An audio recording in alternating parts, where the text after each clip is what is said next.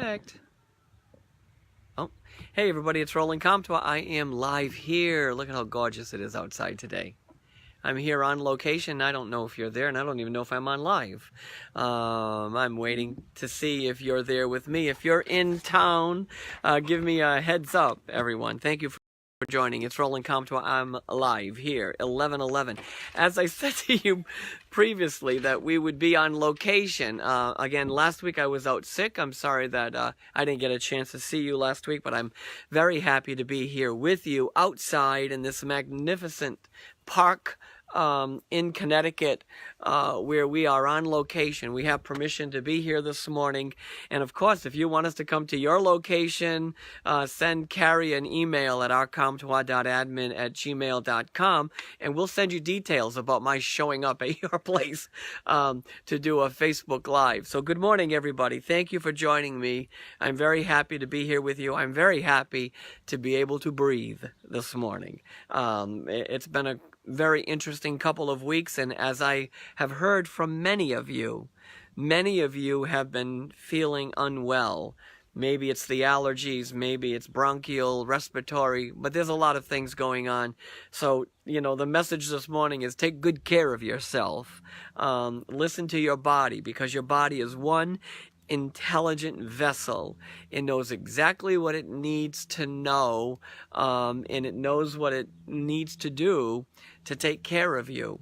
And so I'm glad to be with you this morning. Besides showing you a few purple papers in a couple of minutes, there are two things that were on my mind this morning.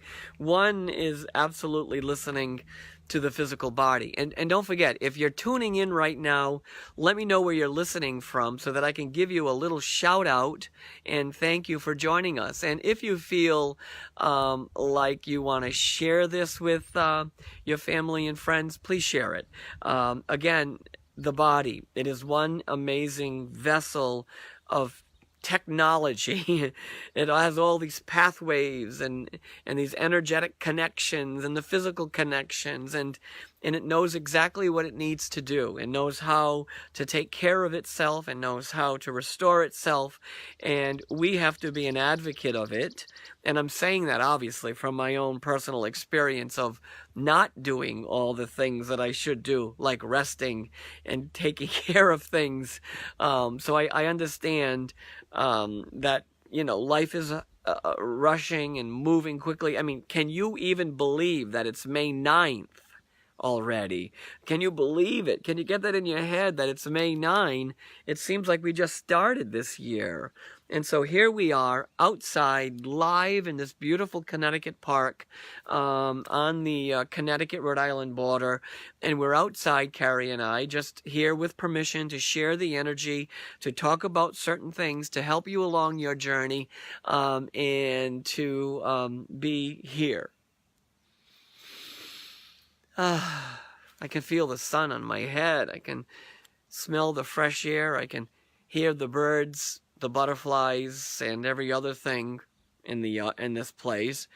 You might even hear a couple of cows in a minute. You might hear a couple of horses in a minute. You might hear the turkeys gobbling on the way by. You might even see a chicken walking behind me and a couple of dogs. So, hey, I don't know what's going to happen. Excuse me. But I know a lot of things are going to happen. So I'm glad that you're here this morning. So number one, it's all about the body. So have you been paying attention to your body? Have you been listening to your body? Have you been resting? Have you been taking care of yourself? Have you been nurturing yourself back to wholeness? Have you been feeling all of the energies moving through you? And if you have been, are you taking good care of yourself? Are you enjoying the sun in a healthy manner? Are you getting outside and exploring nature? Are you walking barefoot through the dirt and on the grass? And are you breathing in that wonderful fresh air? Because all these things are absolutely instrumental to your well-being. So Barbara Slane says, yes, she has. Good for you. Good for us, Barbara. We're on the same wavelength. So I know that when I pay attention to my body and I take care of it, it takes care of me, you know, and so that's why I was laid up for a couple of weeks, because I was unwell. To the people that were very mad that I had to cancel an event because I was sick, I'm sorry. I was sick. There's not much I can do about that. It just is the way it was. And so take good care of yourselves and be very connected to the physical self, and just breathe in. Breathe in the goodness and the fresh air and this beautiful energy, because it is very magnificent out here.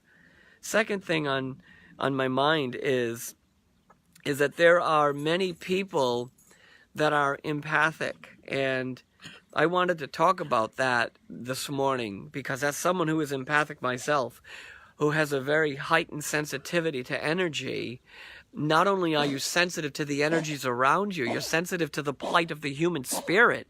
You're sensitive to the person sitting next to you. You're sensitive to, do you hear all the animals in the background? Wow, that's crazy, huh?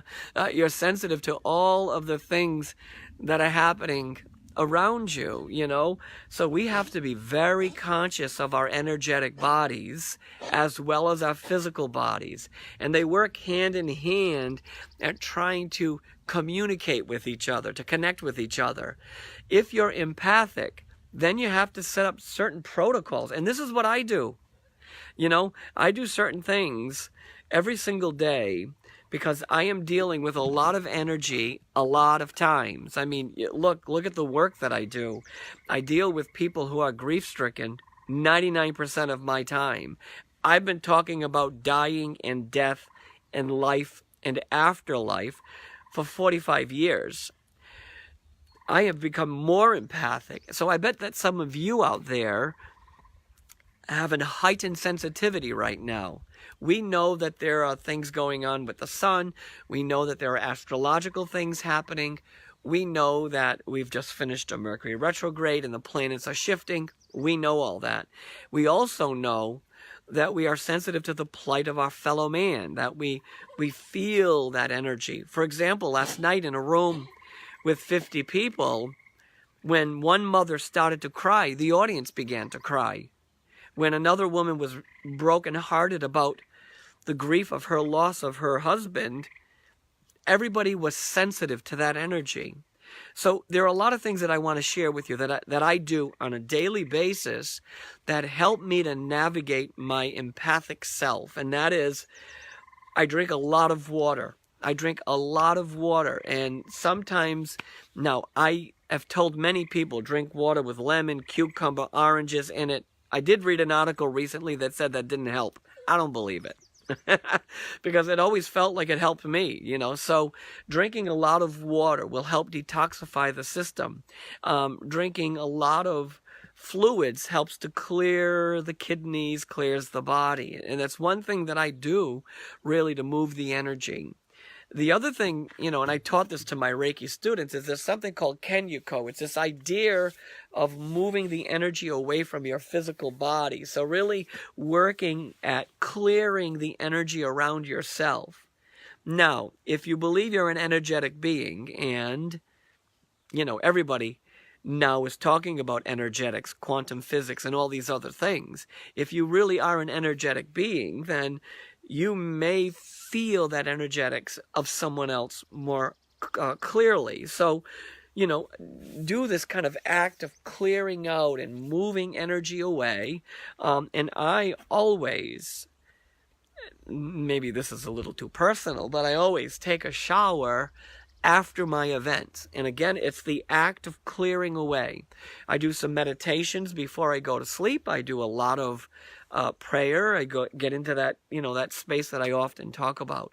So if you're empathic, you have a heightened sensitivity, you are aware of things differently than you were 5 months ago, it is part of the experience. We're all sensitive beings. We have to figure out how to navigate that sensitivity. We have to figure out how to walk that. So let me give a couple of shout outs though, because I don't want you to leave without my saying hello.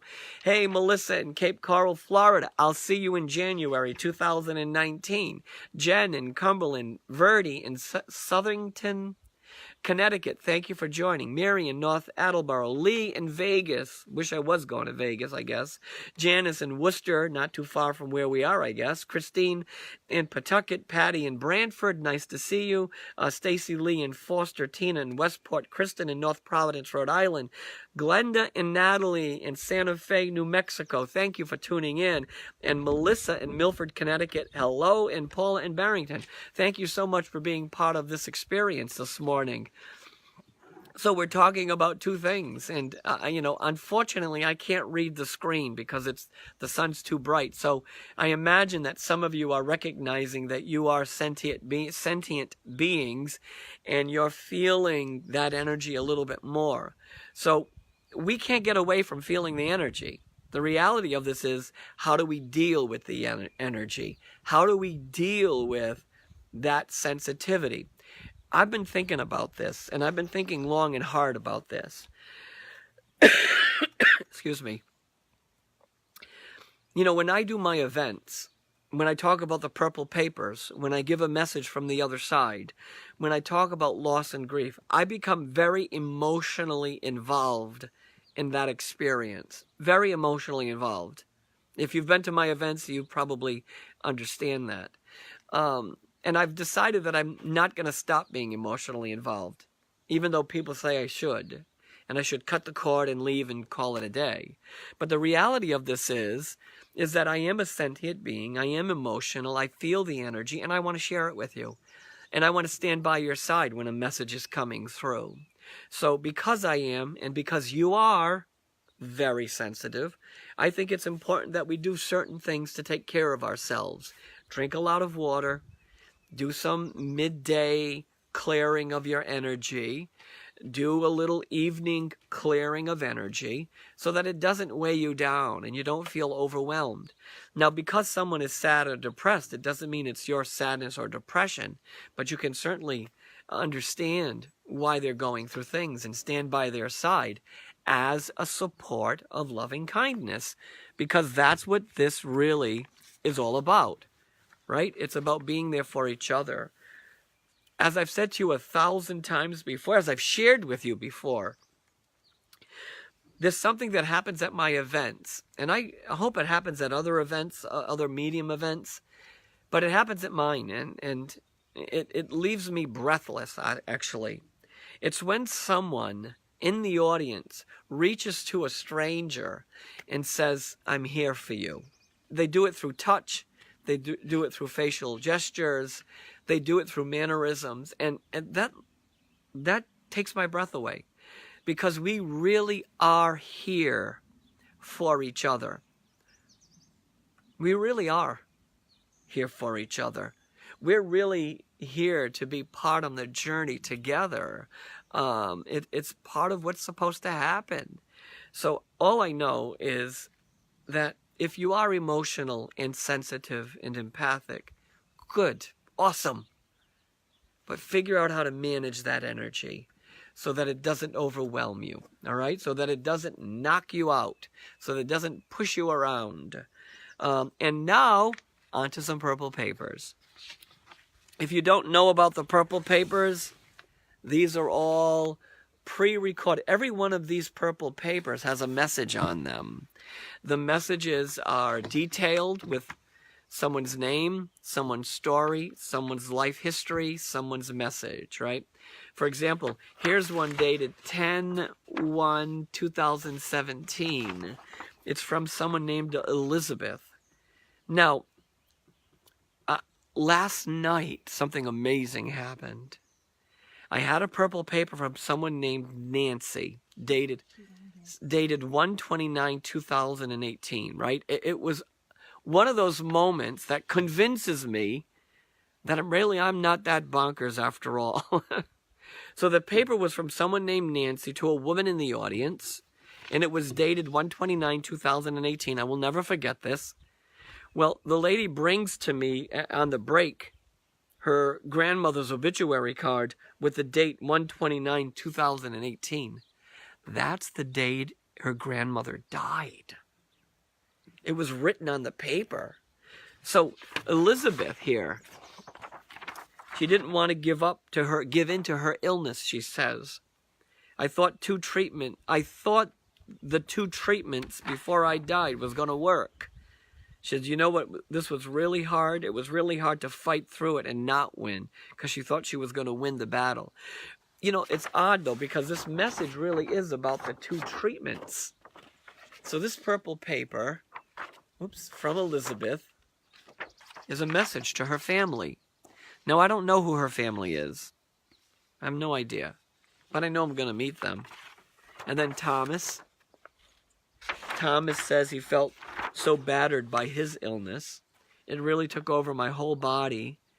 And my head hurt too, he says. I tried to stay calm. I knew I was dying. I knew it was too much. He says, thank you, not for leaving me alone. I was always I wasn't scared, he says. I just didn't want to be alone. When someone hears that, finds that, they're going to feel uplifted by that. And then John, now this one is interesting, because look down here. I don't know if you can see. Can you see this on the screen? Because I can't see. I'm seeing a reflection on the... I have a delay. Oh, you have a delay. Okay. So right here is a pathway. I'm not sure if anybody can see that. No. Because I can't see it myself on the screen. It's too bright. You can. Okay. So you can see this pathway. So this paper is about John, who had a heart attack, but he wants to talk about how he wanted to finish what he was working on the house. So you can see the house in the picture. You can see the stone walkway or wall. I'm not exactly sure what it was, but he's talking about he's sorry that he left it all a mess. Won't that be interesting when someone finds that paper? And then Gloria. Now this is interesting. Gloria wants to talk about the blue boxed pearl set. I don't know what that means. I don't think the pearls are blue, but the box is blue, or the felt is blue. That's what I saw in my mind, so I put it on the paper. Gloria wants everyone to know that she was full of cancer. We tried a lot of medicines in the beginning. Then it just got harder. And she goes on and on to say how she was physically feeling.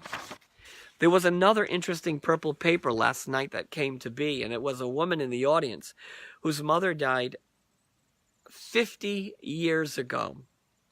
And this is what the purple paper said. Maria wanted an opportunity to sit in the baby's room and rock the babies. Well, the woman went on to tell me that her mother passed away before her children were born, and she never had a chance to rock the babies. And you've got to believe that one moment for that lady and Nancy's granddaughter must have offered a moment of hope, a moment of help. Maybe offered belief that there's an afterlife, or that love is everlasting. I'm not interested if it makes you believe I'm a medium, because that's not what this is about. This is about the continuity of love between the two of you. That's all that really matters. And people like me, all we do, we're supposed to bridge that connection together. That's it. And then step out of the way and let you have that connection relived in that moment. Here's a couple of other shout-outs before we say goodbye. Kim in Foster, Joanne in Florida, Patty in Providence, Renee in Worcester. Yay, Worcester, listening this morning. Mark in Foxborough. I think I'll be in Foxborough this summer, right? Yes, Foxborough this summer. Corey in Warwick, and Jennifer in Olathe, Kansas City?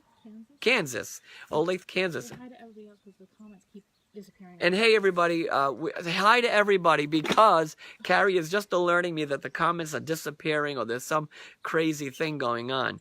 Listen, I want to thank you for being part of my experience. If you guys are around, I will be in P-Town in June. I will be in Maryland and Delaware in June.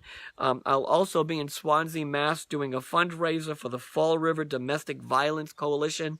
I will be doing a lot of events over the summer and some smaller events in the summer, but you have to be on my mailing list to see that opportunity. Listen, take good care of yourselves. Pay attention to your body. Listen to the energy. Get outside. Enjoy the beautiful day. And until next time, I send you love. Have a beautiful day, everybody.